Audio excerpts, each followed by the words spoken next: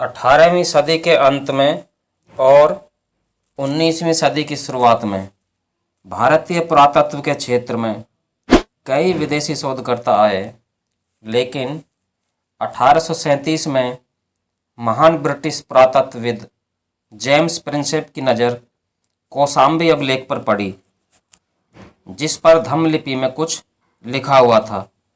James Prinsep भारतीय पुरालेखों और धम्म लिपि को पढ़ने में माहिर थे। उन्होंने ही सबसे पहले सम्राट अशोक के शिलालेखों को पढ़ने और समझने का प्रयास किया। नमस्कार दोस्तों, स्वागत है आपका।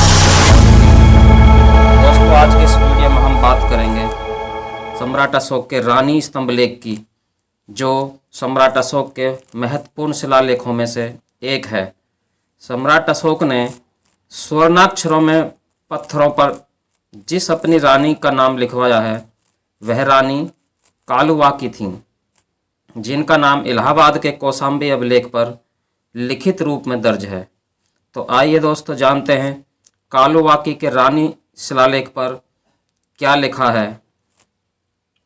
इस पर लिखा है, देवानम पियसा वचनेना सवत महमता वतविया ए हेता द्वितीयाए देवीये दाने अम्बावड़िका व आलमे व दान गहे व ए व पी अन्य कीछी गनियति ताए देवीये से नानी हेवं ने द्वितीयाय देवीये ती तीवल मातु कालुवाकीय।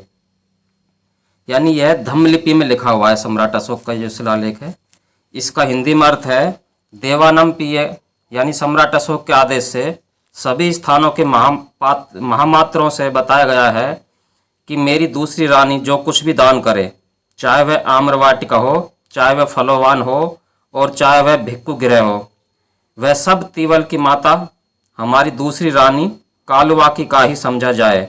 ऐसी प्रार्थना तीवल की माता की है। तो दोस्तों, सम्राट अशोक की रानी और उनके बेटे का यह अभिलेख एकमात्र पुरातात्विक सबूत है, और किसी रानी का या पुत्रों का अभी तक लिखित रूप में कोई पुरातात्विक सबूत नहीं मिला है। हो सकता है भविष्य में कोई खोज हो तो प्राप्त हो भी जाए, लेकिन फिलहाल रानी कालुवाकी और उनके पुत्र का ही जिक्र मिलता है। ये पुत्र का नाम मैं आगे बताऊंगा आपको।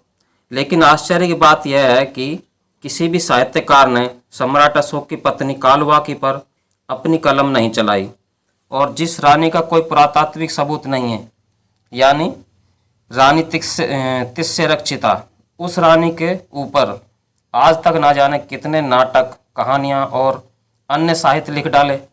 इतिहासकारों और साहित्यकारों ने ऐसा क्यों किया, इसका जवाब डॉक्टर राजेंद्र प्रसाद सिंह जी अपनी पुस्तक सम्राट अशोक का सही इतिहास के पृष्ठ संख्या 24 पर देते हैं। वे लिखते हैं, काश कालुवाकी का नाम ऋचा, श्रद्धा या कुछ ऐसा ही होता जो आर्यवादी होता। इसे और ठीक से समझाते हुए डॉक्टर राजेंद्र प्रसाद सिंह जी लिखते हैं, क्यों बुद्ध की पत्नी का असली नाम कच्चाना साहित्य से गायब है और बाद का दिया हुआ नाम यशोधरा विख्यात है, क्योंकि कच्चाना कालुवाकी जैसे नाम गैर आर्यवादी जो ठहरे, इसलिए। अब आते हैं सम्राट अशोक के एकमात्र पुत्र तीवर पर, जिनका नाम रानी शिलालेख में दर्ज है। आपको जानकर हैरानी होगी कि संस्कृत के विद्वानों ने तीवर का अर्थ वर्ण संकर पुत्र होता है ऐसा किया हुआ है। अब आप ही बताएं दोस्तों, क्या कोई पिता अपने बेटे का नाम ऐसा रखेगा जिसका अर्थ वर्ण संकर पुत्र हो? संस्कृत के विद्वानों द्वारा ऐसा गंदा अर्थ बताना यह दर्शाता है कि ये लोग सम्राट अशोक, उनके परिवार और धर्म के प्रति कितनी नफरत और चिढ़न रखते हैं।